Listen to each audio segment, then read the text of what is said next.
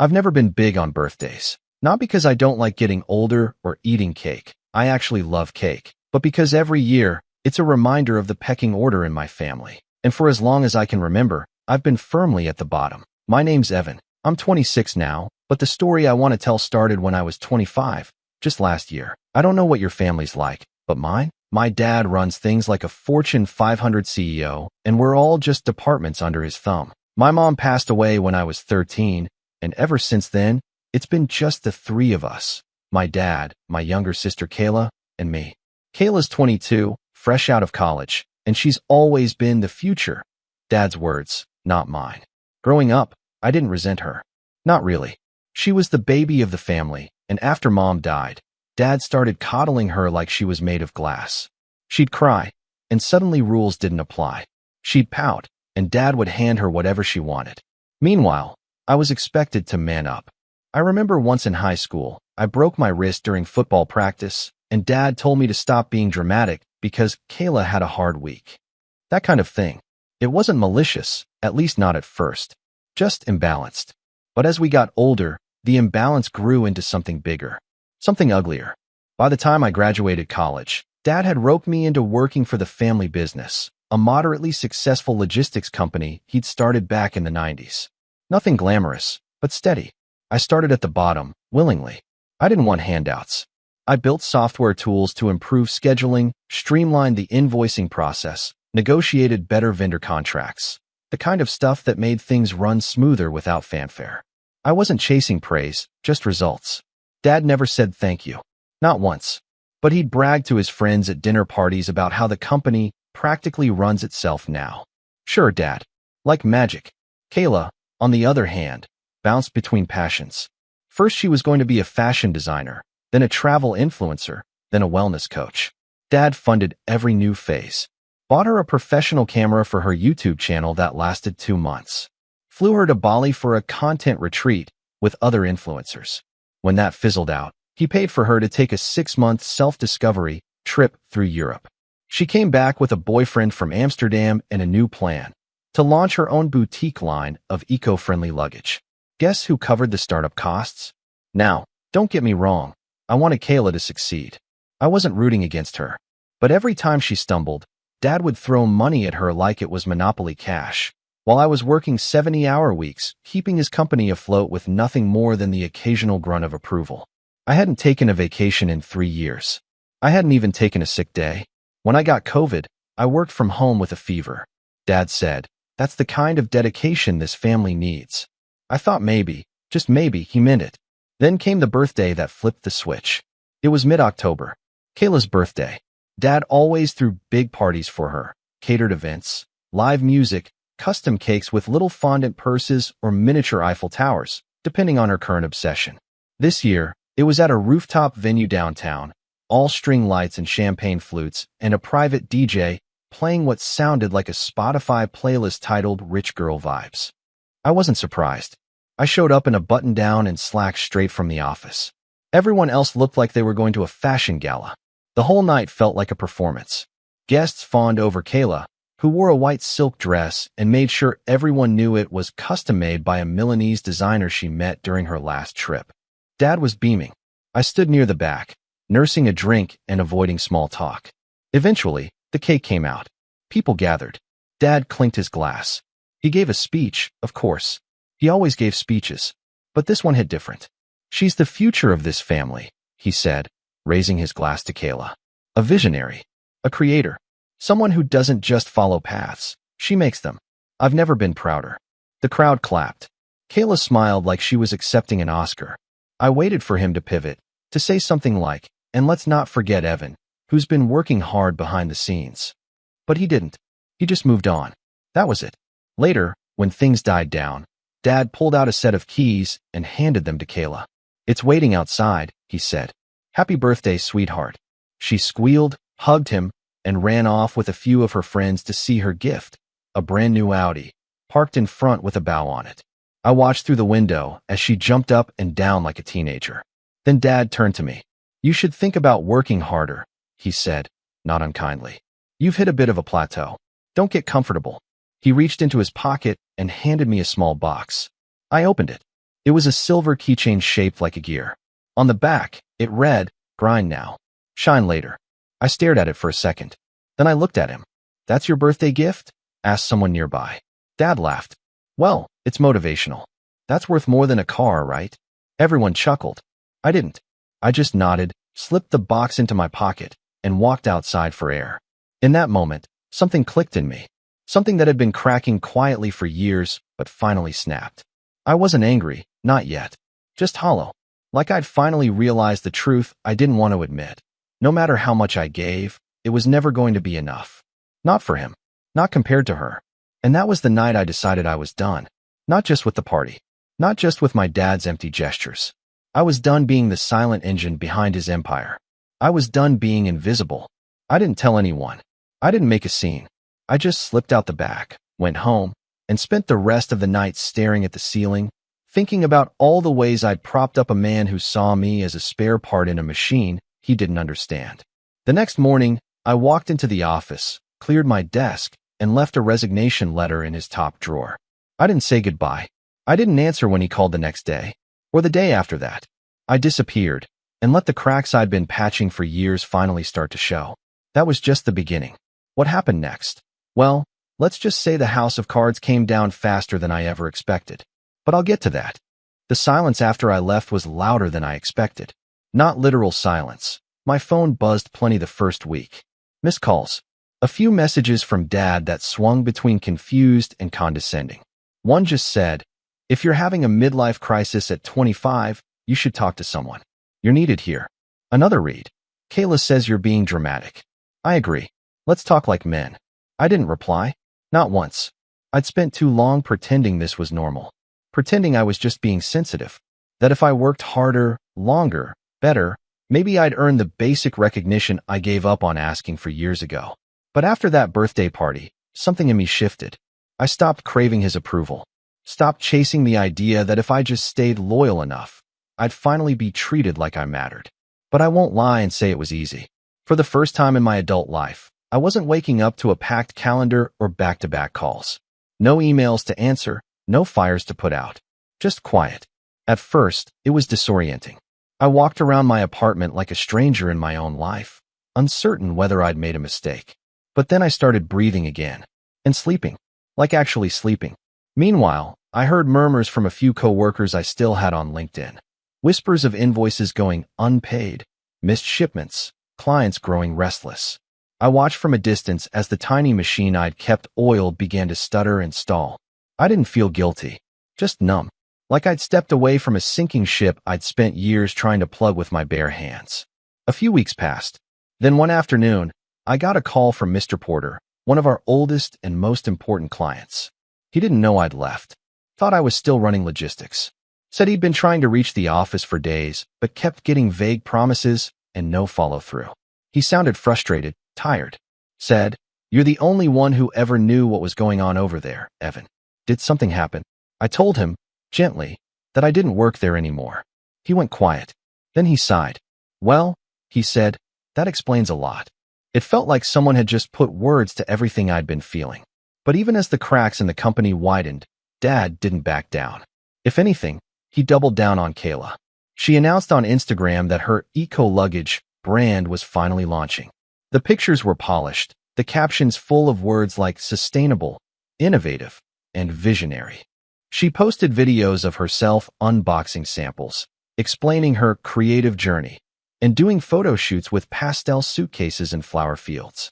I watched it all with a strange mix of detachment and disbelief. I knew how the business was really doing. I knew Dad had diverted a chunk of the company's operating budget to fund Kayla's startup. He wasn't being subtle about it, either.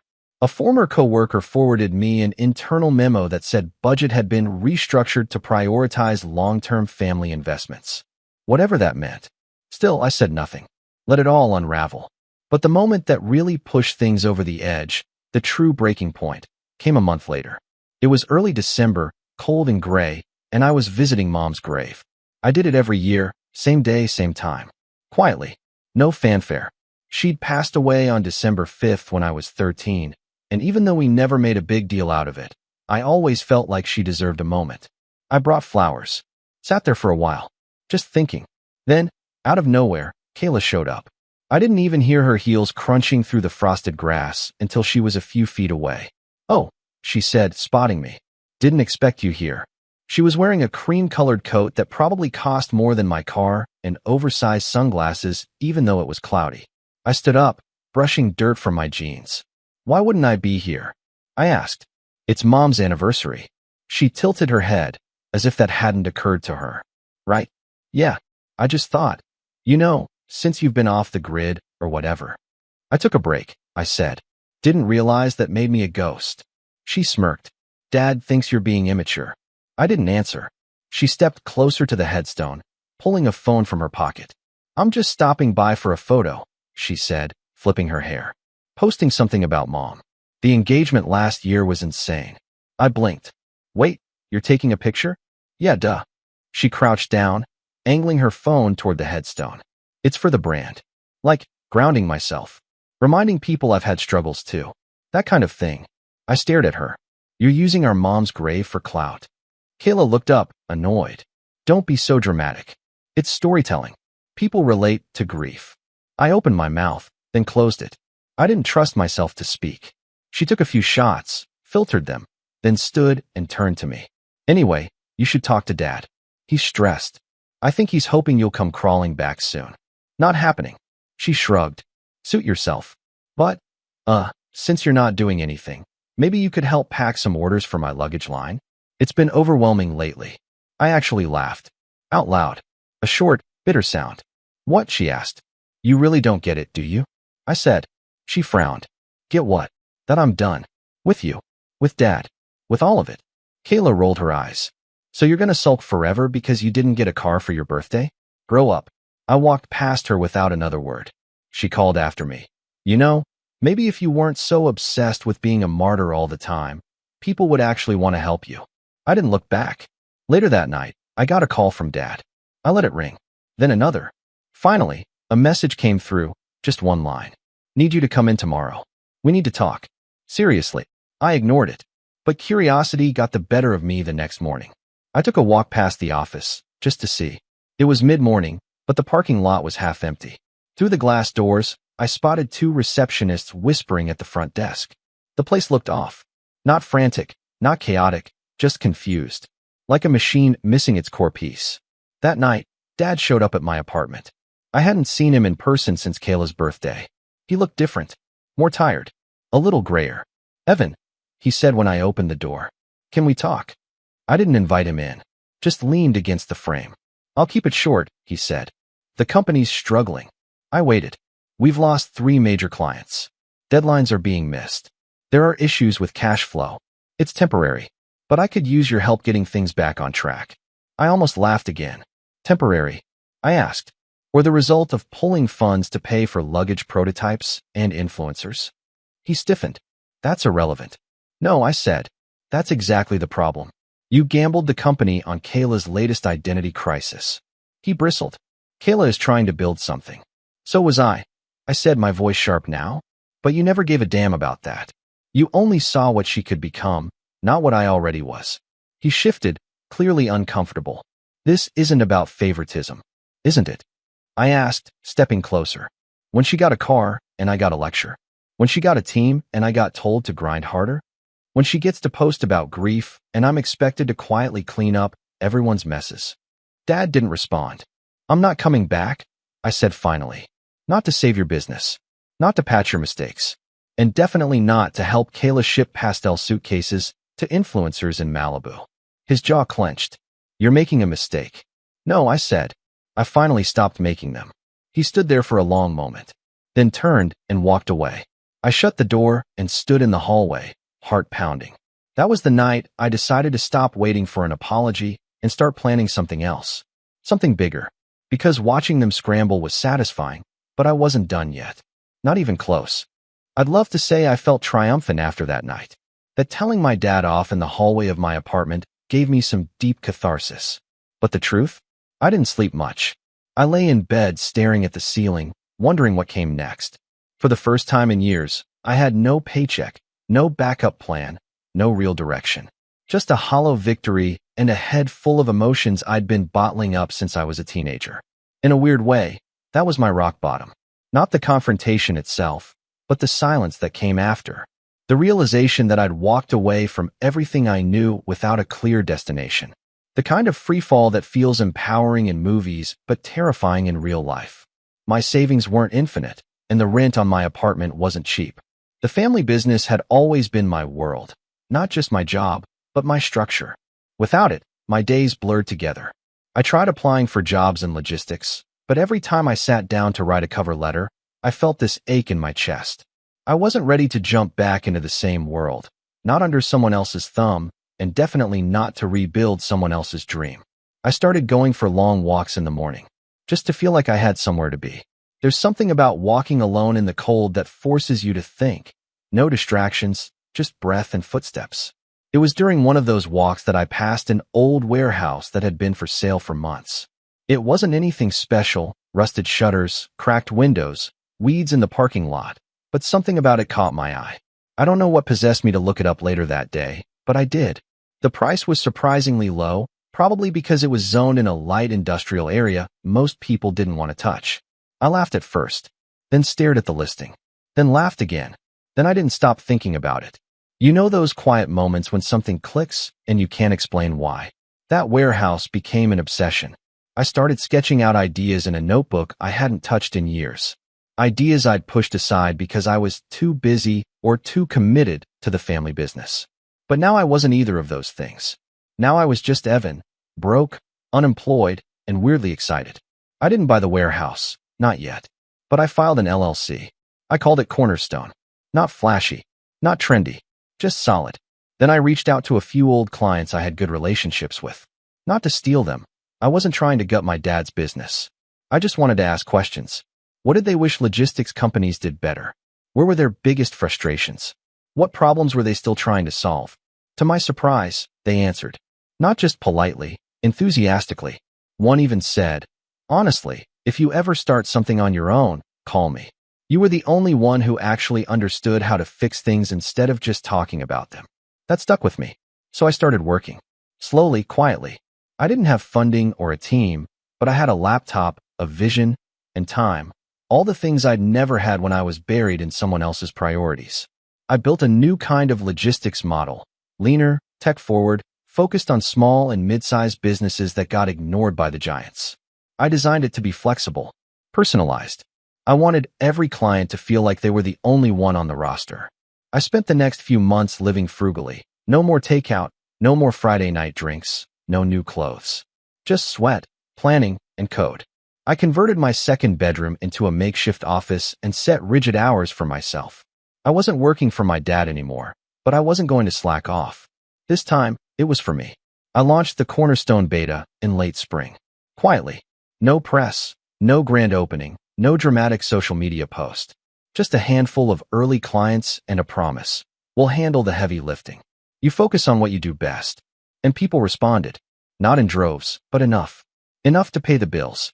Enough to breathe again.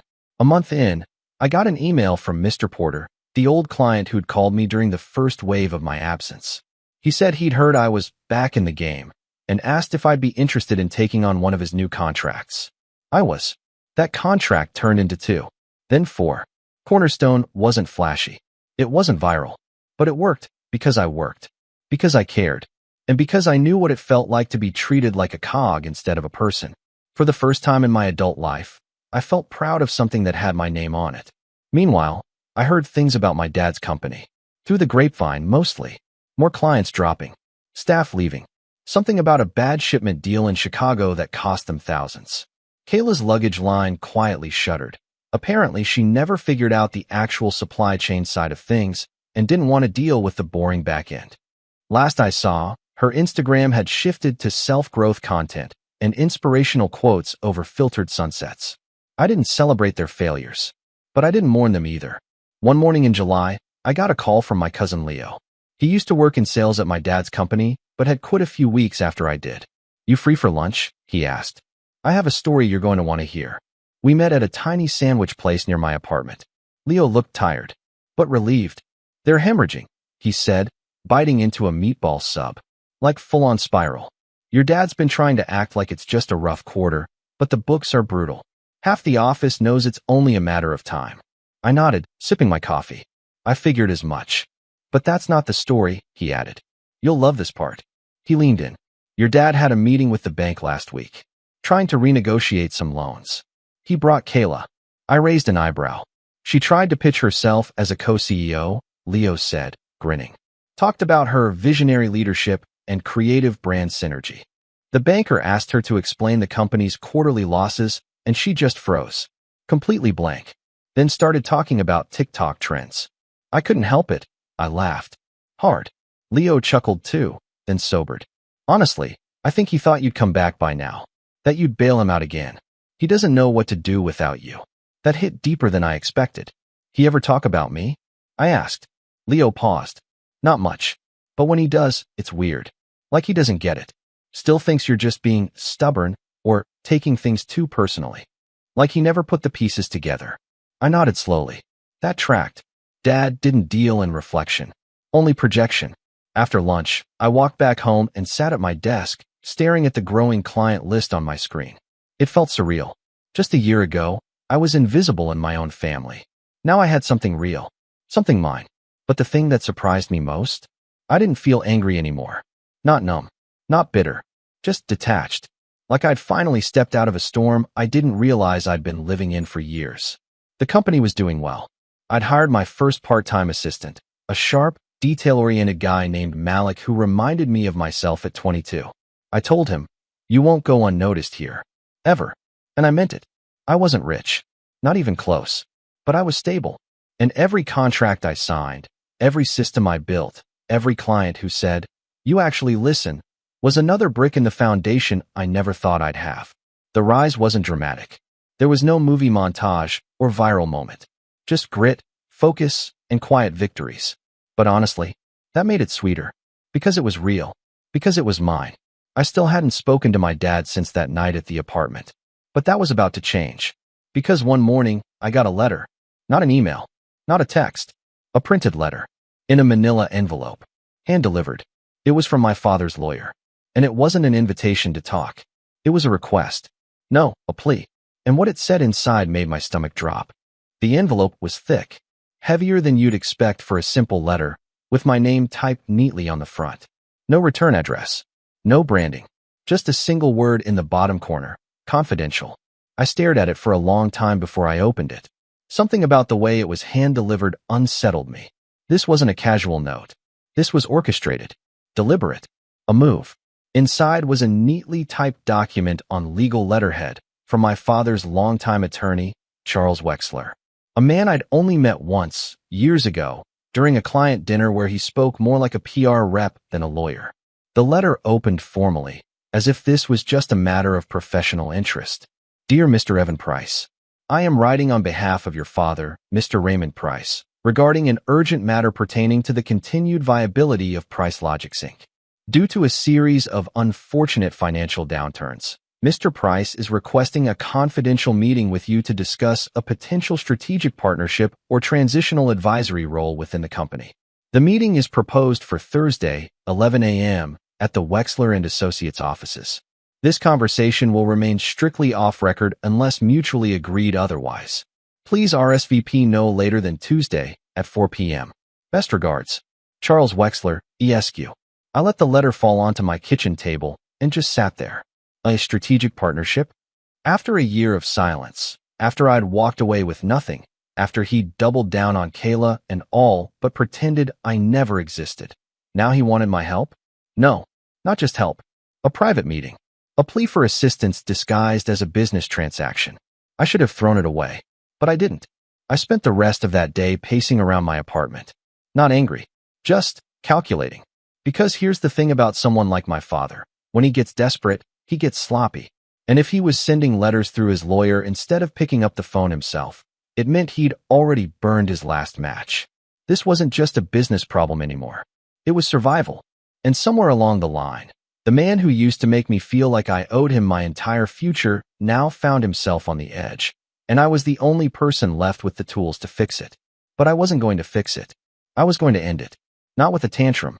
Not with some flashy revenge stunt. No, with precision. With leverage. With finality. I pulled out the old notebooks I'd used in the early planning days of Cornerstone. Tucked between budgeting spreadsheets and vendor lists were notes I'd made in the months after leaving PriceLogix, scattered thoughts about client complaints, internal weaknesses, regulatory risks Dad had ignored for years. Things I'd once jotted down just to get them out of my head. Now they looked like blueprints. Over the next 2 days, I pieced together everything I knew. I made lists: vendors he underpaid, clients he overpromised, employees he bullied, government contracts that had lapsed, a warehouse lease in Tulsa that was being paid double market rate, probably due to some backdoor deal with a contractor friend of his. Every page I turned reminded me how long I'd kept that sinking ship afloat. I started making calls. Not malicious ones, not yet. Just quiet check-ins. First, to Malik. "How do you feel about expanding operations?" I asked. He was thrilled. Said he'd been waiting for the green light. Then to Mr. Porter. "Hypothetically," I said, "if PriceLogix was on the verge of collapse, would you consider transitioning the rest of your logistics work to Cornerstone?" "Yesterday," he replied. By Wednesday morning, I had a list of clients who'd already peeled off from my father's company, and a second list of those who were looking for the exit door if only someone pointed the way. I compiled all of it into a folder labeled ACE in the hole. Then I confirmed the meeting. Wexler's office was in a downtown tower with mirrored windows and an air of old money. I dressed simple: dark blazer, no tie, clean shaven. I wanted to look like someone you'd take seriously, but not someone trying to impress you. The receptionist smiled, buzzed me in, and directed me to a long, glass-walled conference room. Dad was already inside. He stood when I walked in, an old habit, one of the few manners he'd never shed. He looked thinner, paler. His suit hung on him like it was a size too big. For the first time in my life, my father looked tired. "Evan," he said, nodding. "Thanks for coming." I didn't respond, just sat down across from him. Wexler followed close behind, briefcase in hand. "Let's get started, gentlemen." They launched into a presentation, more of a plea dressed in bullet points. Revenue decline, 38%. Client retention, down 24%. 2 warehouse managers had quit in the past month. Their primary software was outdated, buggy, and I knew exactly why. I'd built half of it. The guy they'd hired after me tried to modernize things by rewriting core scheduling logic. It broke the back end, caused cascading failures, and now shipments were disappearing into black holes of pending dispatch. By the time they finished their pitch, I hadn't said a single word. Wexler folded his hands. "Your father is offering a limited-time equity package, should you agree to come on in a transitional executive role." "No," I said. Dad blinked.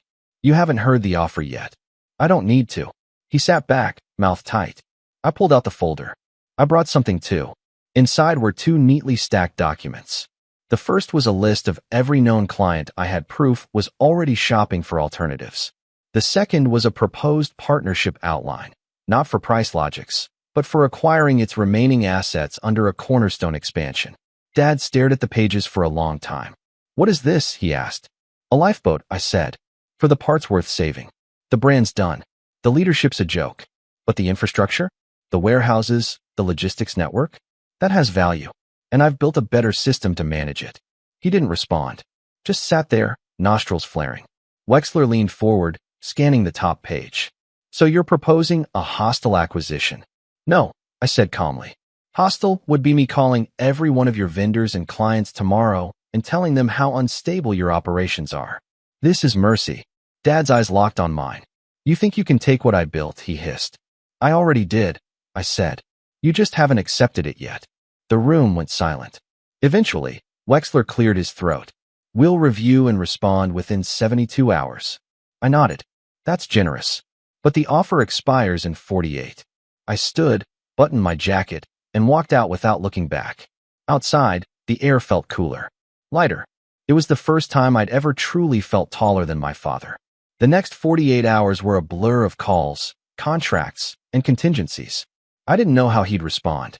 I honestly expected rage, retaliation, maybe even an attempt to smear me in the industry. But what came next surprised me more than anything he'd ever done. And that is when the real game began. He didn't respond within 48 hours. That, in itself, told me everything. My father was many things: proud, egotistical, commanding, But above all else, he was stubborn. I knew he would wait past the deadline just to see if I'd flinch. He'd always believed he was the immovable object, and that the rest of us were meant to revolve around him. What he didn't understand, what he never understood, was that I'd already moved on. The moment I walked out of that birthday party, I stopped orbiting his world. And by the time I made the offer in Wexler's conference room, it wasn't a negotiation. It was a courtesy. So when the 48 hours passed without so much as a call, I didn't wait. I made my move. It started with a quiet press release from Cornerstone. Cornerstone Logistics is proud to announce the expansion of our client network and operations. Beginning this quarter, we will be onboarding 5 new major contracts from national retailers and distribution chains. We remain committed to delivering personalized, tech-forward logistics solutions with integrity and transparency. That press release hit just as PriceLogix's quarterly earnings were being whispered around industry circles. Everyone knew they were bleeding. Everyone knew they were vulnerable. I didn't mention their name. I didn't have to. The same afternoon, I launched a targeted digital campaign aimed at the businesses still working with my father. It wasn't aggressive, just factual. Testimonials from new clients. Case studies comparing delivery efficiency. A sleek side-by-side analysis showing how Cornerstone's systems outperformed the industry standard. I posted one case study in a private logistics forum, where I knew managers from 3 of Dad's warehouses still lurked. By Monday, I got an email from one of his regional directors. Would love to talk options. Quietly. By Wednesday, 3 more followed. By the end of the week, a full-time dispatcher who had trained under me, before Dad promoted a family friend over him, submitted a formal application to Cornerstone. In his cover letter, he wrote, "I always believed in your vision. Just needed a door." I gave him one. Behind the scenes, I was laying the real groundwork, not just for a takeover, but for a dismantling. Using public records and internal contacts, I traced the paper trail of PriceLogix's remaining warehouse leases. A few were locked into long-term agreements, but 2 of their best locations were coming up for renewal. I made a quiet offer to the property owner, slightly above market value, contingent on the current leaseholders not renewing. He accepted. Just business. The following month, PriceLogix tried to renew both locations. Their applications were rejected. No explanation given. One of the properties was officially transferred to Cornerstone Logistics within 14 days. They didn't see it coming. And that was just phase 1. Phase 2 was about the vendors. I reached out to the ones Dad had burned, the guys he'd underpaid, dismissed, or treated like disposable tools. I offered better terms, clearer contracts, a commitment to fairness. Word traveled fast. In logistics, reputation is currency. And for years, PriceLogix had been coasting on old relationships I'd personally nurtured. Without me, those ties had frayed. Now they snapped. By mid-August, one of their longest-standing clients, a regional food distributor worth 7 figures in annual shipments, announced they were terminating their agreement. The press release cited inconsistencies in service and a desire for greater transparency. The next day, they signed with Cornerstone. That was the moment I knew the revenge had landed. Not as a firestorm, not as a headline, but as a quiet death. My father's company, the empire he built, the throne he ruled from, was collapsing in on itself. Not because I sabotaged it, but because he never knew how to keep it alive without me. And now the industry knew it, too. I didn't hear from him again until late September. It came in the form of a voicemail. His voice was flat, measured, like he was reading from a teleprompter in his head. "Evan, I heard about the contracts, about the leases, about the clients. You've made your point. I don't know if you feel proud of yourself, but I hope it was worth it." Then a pause. Just breathing. "You win." I played that message once, then deleted it. Because this was never about winning. Not really. It was about liberation. About finally stepping out from under the weight of a man who only valued control, and proving that I was never the failure he quietly feared I'd be. That his idea of the future of the family was nothing more than a fantasy built on favoritism and blind arrogance. Kayla faded from the picture not long after. Her luggage company had dissolved quietly over the summer. She posted a teary-eyed life update video about moving into a new phase of healing. Then she pivoted to wellness coaching, then travel blogging again, and eventually just stopped posting altogether. I didn't hate her. She was spoiled, yes, woefully blind. But she was raised in the same house I was. just on the opposite end of the seesaw. Dad gave her a pedestal before she ever had to earn a step. And in doing so, he broke both of us, just in different ways. I didn't reach out. I didn't need to. Cornerstone kept growing. By winter, we'd expanded to a second state, opened 2 new fulfillment hubs, and crossed 7 figures in revenue. Not venture-backed, not celebrity-funded, just built the old-fashioned way, with work, trust, and consistency. One evening, I walked past a downtown wine bar and saw my dad sitting alone inside. Same gray suit, same slouch posture, just older now, smaller. He didn't see me. I stood there for a moment, watching him sip from a glass, staring at nothing. The same man who once toasted Kayla with "she's the future of this family" now sat in silence, the world no longer orbiting around him. And me? I walked past him, not out of spite, but out of peace, because I didn't need anything from him anymore. Not approval, not acknowledgement, not apologies. I already had everything he never gave me, and everything he tried to keep for himself. I had freedom. I had purpose. I had power. And I built it from the ground up, with nothing more than a silver keychain and a lifetime of being underestimated. That keychain still sits on my desk. I keep it there not as a reminder of the insult, but as a symbol of what happens when you stop grinding for someone else's dream and start building your own. Because the truth is, I didn't collapse when I walked away. They did. And I never looked back.